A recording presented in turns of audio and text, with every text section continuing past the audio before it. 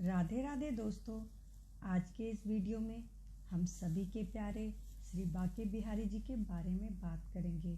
उनके रूप सौंदर्य का वर्णन करें तो शब्द ही कम पड़ जाते हैं।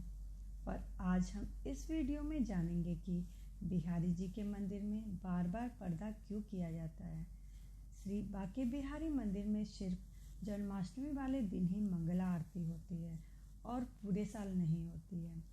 और श्री बांके बिहारी मंदिर में शरद पूर्णिमा के दिन ही बिहारी जी अपनी प्यारी बंसी को धारण करते हैं। केवल हरितालिका तीज के दिन ही ठाकुर जी अपने झूले पर विराजमान होते हैं और साथ ही अक्षय तृतीया के दिन ही बिहारी जी के चरण दर्शन होते हैं। बाकी समय उनके चरण कपड़ों से छिपे रहते हैं। तो कुछ रोचक जानकारियां हैं जो मैंने आपको दे दी हैं। तो चलिए अब हम जानते हैं कि बिहारी जी के मंदिर में बार बार पर्दा क्यों किया जाता है। जब मैं पहली बार बांके बिहारी मंदिर में दर्शन को गई तो मुझे इस बात का पता ही नहीं था कि क्यों बार बार दर्शन के बीच में ही पर्दा डाल दिया जाता है। शायद आज भी बहुत से लोग इस बात से अनजान हैं। इस बात से हम सभी थोड़ा परेशान तो हुए, पर इस पर्दे का रहस्य क्या है ये जानकर हम सभी हैरान रह गए। श्री धाम वृंदावन जाने मात्र से ही हमारे सभी पाप नष्ट हो जाते हैं।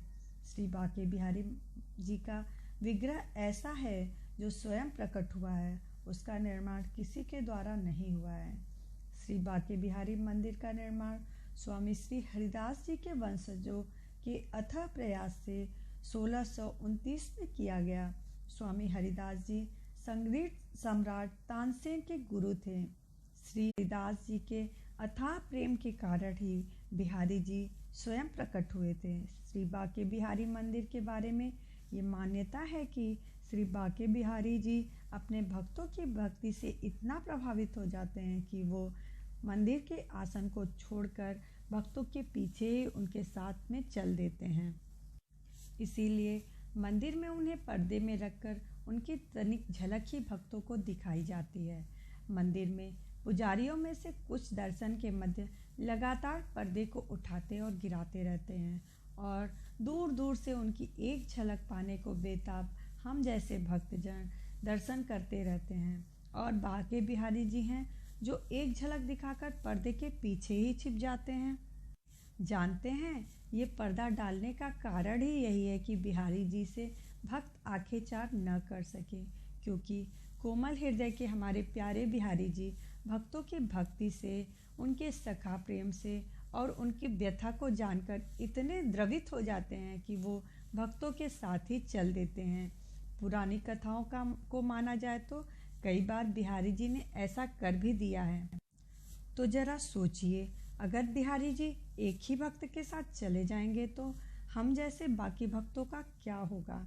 इस विषय में कई कहानियां प्रसिद्ध हैं।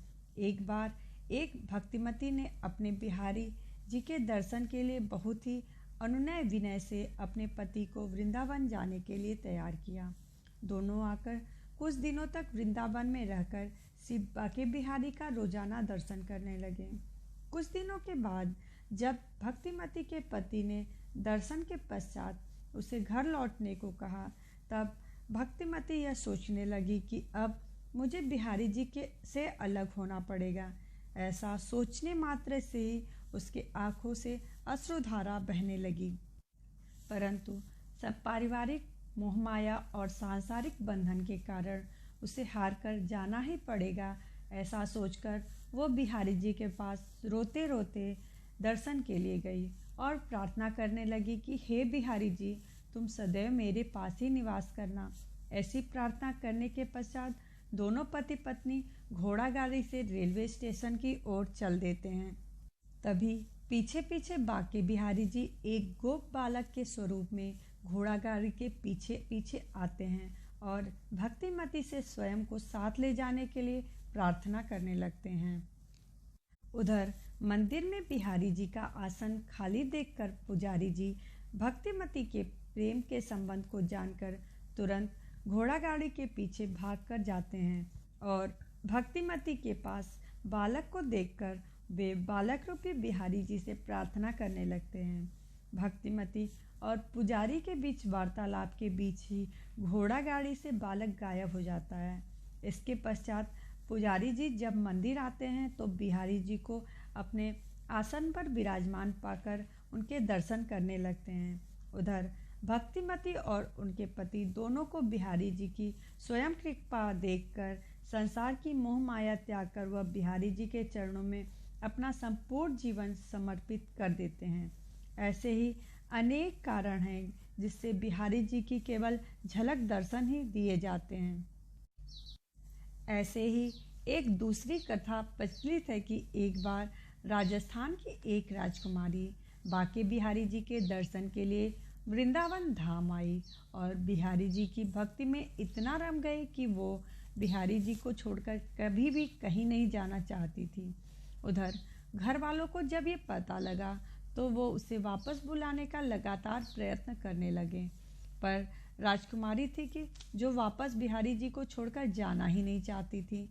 तब राजकुमारी को घर वालों ने जबरन घर ले जाने आए। तभी बिहारी जी राजकुमारी की भक्ति में प्रेम में बंधकर स्वयं भी उनके साथ जाने लगे। वहाँ मंदिर में सभी भक्तगण और पुजारी जी बिहारी जी से वापस बुलाने के लिए प्रार्थना करने लगे। तब जाकर कहीं बहुत समझा बुझाकर बिहारी जी को वापस लाया गया।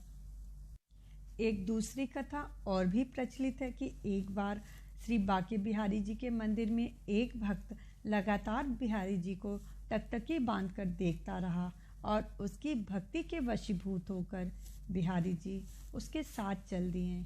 सुबह जब मंदिर का कपाट खोला गया तो बिहारी जी वहां दिखाई नहीं दिए। तभी पता चला कि वो अपने उस भक्त की गवाही देने अलीगढ़ चले गए हैं। तभी से ऐसा नियम बना दिया गया है कि बिहारी जी का झलक दर्शन ही किया जा सकता है, जिससे बिहारी जी कभी किसी की भक्ति में वशीभूत होकर उसके पीछे न जा सके और भक्त उनके क्षणिक दर्शन ही कर सके। मान्यता ये भी है कि बिहारी जी के आकर्षक रूप सौंदर्य के कारण भक्तों की नज़र से बचाने के लिए ही पर्दा डाल दिया जाता है, ताकि बिहारी जी को नज़र ना लग सके। क्योंकि बिहारी जी के मंदिर के प्रांगण के हर कोने से यही पुकार आती है कि हमसे पर्दा न करो हे मुरारी, वृंदावन के बाके बिहारी, राधे राधे। अगर आपको ये वीडियो पसंद आया तो इसे लाइक कीजिए, सब्सक्राइब कीजिए और अपने दोस्तों में शेयर कीजिए और अपने कमेंट्स देकर ज़रूर लिखें राधे राधे। फिर मिलते हैं कुछ नई जानकारी के साथ। राधे राधे। मान्यता ये भी है कि बिहारी जी के आकर्षक रूप सौंदर्य के कारण भक्तों की नज़र से बचाने के लिए ही पर्दा डाल दिया जाता है,